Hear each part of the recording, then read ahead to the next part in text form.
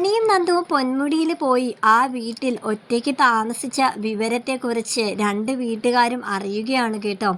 അനന്തപുരി തറവാട്ടിൽ ഭയങ്കര ബഹളം തന്നെ നടന്നുകൊണ്ടിരിക്കുകയാണ്. മുത്തച്ഛൻ അനിയോട് ചോദിക്കുന്നുണ്ട്, അവന്തിക മോളുമായിട്ട് നിന്റെ കല്യാണം ഉറപ്പിച്ച വിവരം നിനക്കെന്താ കുട്ടിക്കളിയായിട്ടാണോ തോന്നിയത്? ഞാൻ അത് തീരുമാനിച്ചതാണ്. എനിക്കറിയാം നിന്റെ മനസ്സിൽ ചിലപ്പോൾ നന്ദുവിനുള്ള ആ പഴയൊരിഷ്ടം ബാക്കി കിടക്കുന്നുണ്ടാവാം. പക്ഷേ ഇനി എന്തൊക്കെ പറഞ്ഞിട്ടും ഒരു കാര്യവും ഇല്ല. അവന്തിക മോളെ നീ കല്യാണം കഴിച്ചേ പറ്റത്തുള്ളൂ. നിന്റെ മനസ്സിൽ ആ ഒരു ഇഷ്ടം ഇപ്പോഴും ബാക്കി കിടപ്പുണ്ടെന്നുണ്ടെങ്കിൽ നീ അത് നുള്ളിക്കളഞ്ഞാൽ മാത്രം മതി. ഞാൻ ഒരിക്കലും അതിന് സമ്മതിച്ചു തരുമെന്ന് തോന്നണ്ട. അല്ലെങ്കിൽ നിനക്ക് ഈ വീട് വിട്ട് പോകാം എന്ന് അനിയോട് പറയുമ്പോൾ, മുത്തശ്ശൻ്റെ തീരുമാനം അങ്ങനെയാണെങ്കിൽ ഞാൻ ഈ വീട്ടിൽ നിന്ന് നന്ദുവിന് വേണ്ടിയിട്ട് ഈ വീട്ടിൽ നിന്ന് ഇറങ്ങാൻ തന്നെ എനിക്ക് സമ്മതമാണെന്ന് മുത്തശ്ശൻ്റെ നേരെ പറയുകയാണ് കേട്ടോ അനി. നന്ദുവാണെങ്കിൽ അവിടെ കനകയുടെയും ഗോവിന്ദൻ്റെയും പറച്ചിൽ കേട്ടിട്ട് അവൾ സങ്കടപ്പെട്ടിട്ട് അവിടെ ഇരിക്കുകയാണ്. ഞങ്ങളോട് ഈ ചതി വേണ്ടായിരുന്നു എന്നാണ് കേട്ടോ ഗോവിന്ദനും കനകയും കൂടി പറയുന്നത്.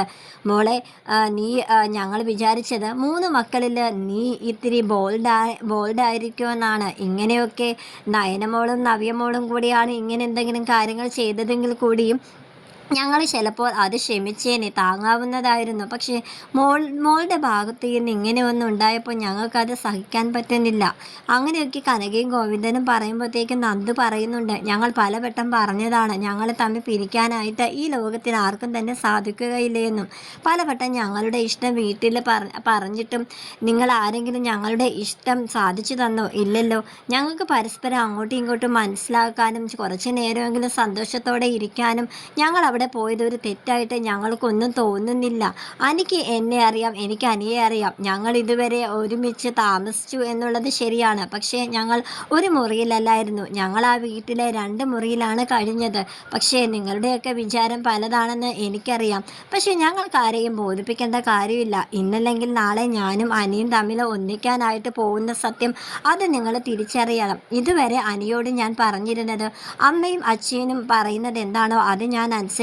ഒരിക്കലും നിങ്ങളുടെ മുഖത്ത് നോക്കിയിട്ട് ഞാൻ അനിയെ എനിക്ക് വിവാഹം ചെയ്യണം അതിനെ നിർബന്ധിച്ച് ഞാൻ ഒന്നും പറയില്ലെന്നായിരുന്നു ഞാൻ അനിയോട് വരെ പറഞ്ഞിരുന്നത്. പക്ഷേ ഇനി ഞാൻ അവൻ്റെ കൂടെ ഞാൻ ഇറങ്ങിപ്പോകാനും റെഡിയാണ്. ഇനി ഞങ്ങൾക്ക് ഇത് താങ്ങാനാവുന്നില്ലെന്നൊക്കെ നന്ദു രോക്ഷത്തോടെ ഗോവിന്ദനോടും കനകയോടും പറയുകയാണ് കേട്ടോ. മൂർത്തി മുത്തശ്ശനാണെങ്കിൽ അനിയുടെ നേരെ പൊട്ടിത്തെറിച്ചുകൊണ്ടിരിക്കുകയാണ്. ഇതെല്ലാം കേട്ടുകൊണ്ട് നവ്യ മുറിയിൽ നിന്ന് ഇറങ്ങി വന്നിട്ട് മുത്തശ്ശനോട് പറയുന്നുണ്ട്, പരസ്പരം സ്നേഹിക്കുന്നവരെ തമ്മിലല്ലേ ഒന്നിപ്പിക്കേണ്ടത്? മുത്തശ്ശനോട് കുറേ നാളായി അവൻ പറയുന്നുണ്ട് അവന് എൻ്റെ അനിയത്തെ ഇഷ്ടമാണെന്നുള്ള കാര്യം.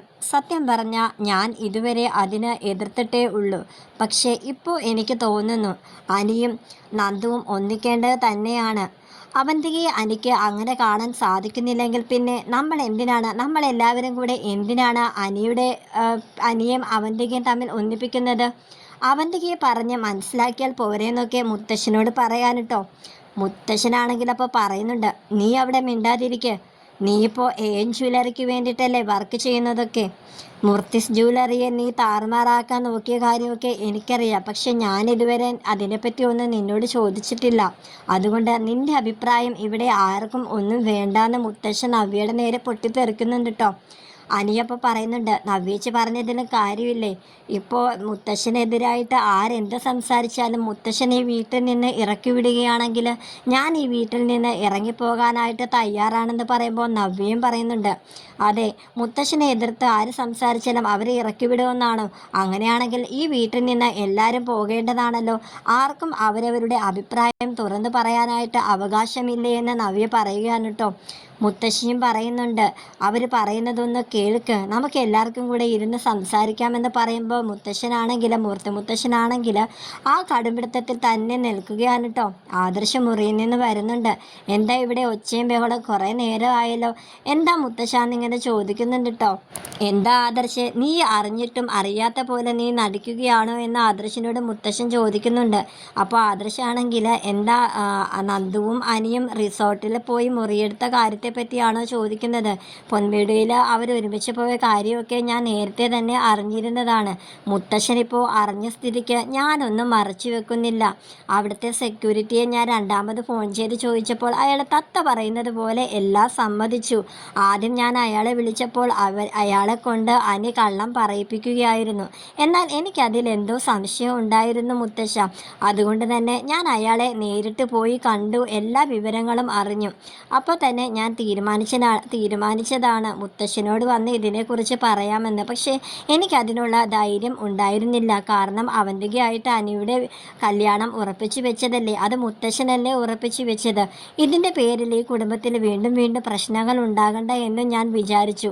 അനിയെ പതുക്കെ പറഞ്ഞ് ഞാൻ തിരുത്താമെന്നൊക്കെ കരുതിയിരുന്നപ്പോഴാണ് ഇപ്പോൾ ഇവൻ തന്നെ ഈ കാര്യം മുന്നോട്ട് വന്ന് പറഞ്ഞത്.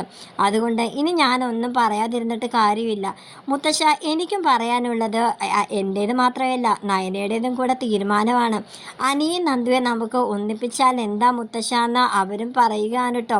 അങ്ങനെ മുത്തശ്ശി അപ്പം മുത്തശ്ശനോട് പറയുന്നുണ്ട്, എല്ലാവരുടെയും ഇഷ്ടം അതാണെങ്കിൽ നമുക്കത് നടത്തി കൊടുക്കുന്നതല്ലേ നല്ലത്. അതാകുമ്പോൾ അവന്തിക മോള് ഒരാളോട് മാത്രം പറഞ്ഞാൽ പോരെ എന്നൊക്കെ പറയാൻ കേട്ടോ. നിങ്ങളെല്ലാവരും ഇത് എന്തൊക്കെയാ പറയുന്നത്? എനിക്ക് വാക്ക് ഒന്നേ ഉള്ളൂ. എൻ്റെ വാക്കിൽ നിന്ന്, എൻ്റെ അഭിപ്രായത്തിൽ നിന്ന് ഞാൻ ഒരിക്കലും മാറുകയില്ല. അവന്തിക മോളോട് ഞാൻ എങ്ങനെ ഇതിനെക്കുറിച്ച് പറയാനാണെന്ന് പറഞ്ഞുകൊണ്ട് നിൽക്കുമ്പോൾ തന്നെ അവന്തികയും ജയന്തിയും കൂടി മുറിയിൽ നിന്ന് ഇറങ്ങി വരുന്നുണ്ട് കേട്ടോ. അവന്തിക അപ്പോൾ കരഞ്ഞുകൊണ്ട് മുത്തശ്ശനോട് പറയുന്നുണ്ട്, വേണ്ട മുത്തശ്ശ, എൻ്റെ പേരിൽ ഇവിടെ ആരും ഒരു വഴക്കും ഉണ്ടാക്കേണ്ട. അനിയേട്ടൻ എന്നെ ഇഷ്ടമല്ലെങ്കിൽ അനിയേട്ടൻ്റെ കൂടുതൽ നിർബന്ധിക്കേണ്ട. ഞാൻ ഈ വീട്ടിൽ നിന്ന് പോയിക്കോളാം. ഞാൻ എന്തായാലും ഡൽഹിയിൽ കുറച്ച് നാൾ അവിടെ ആയിരുന്നല്ലോ. ഞാൻ അങ്ങോട്ട് തന്നെ മടങ്ങി പോയിക്കോളാം. അവിടെ എൻ്റെ ഹോസ്റ്റൽ ജീവിതം ഞാൻ ഇനി അങ്ങോട്ട് നയിച്ചോളാം. ഈ വീട്ടിൽ നിന്നേ ഞാൻ പോവുകയാണ്. അവിടെ നിന്ന് പഠിച്ച് എന്തെങ്കിലും ജോലി ഞാൻ അവിടെ എവിടെയെങ്കിലും നോക്കിക്കോളാം എന്നൊക്കെ അവന്തിക കരഞ്ഞിങ്ങനെ പറയാൻ കേട്ടോ. പക്ഷെ അവരുടെ ഉള്ളിൽ മുത്തശ്ശൻ ഇതിനൊന്നും സമ്മതിക്കില്ല എന്ന് അവർക്ക് നല്ലതുപോലെ തന്നെ അറിയാം. ഇതൊക്കെ നാഗേന്ദ്രൻ പറഞ്ഞു കൊടുത്ത അടവ് പ്രകാരമാണ് കേട്ടോ അവന്തിക ഇപ്പോൾ നടത്തുന്ന ഈ കള്ള നാടകങ്ങളൊക്കെ. അങ്ങനെ നാഗേന്ദ്രൻ പറഞ്ഞതനുസരിച്ച് കരഞ്ഞു മെഴുകിക്കൊണ്ടിരിക്കുകയാണ് മുത്തശ്ശൻ്റെ മുന്നിൽ.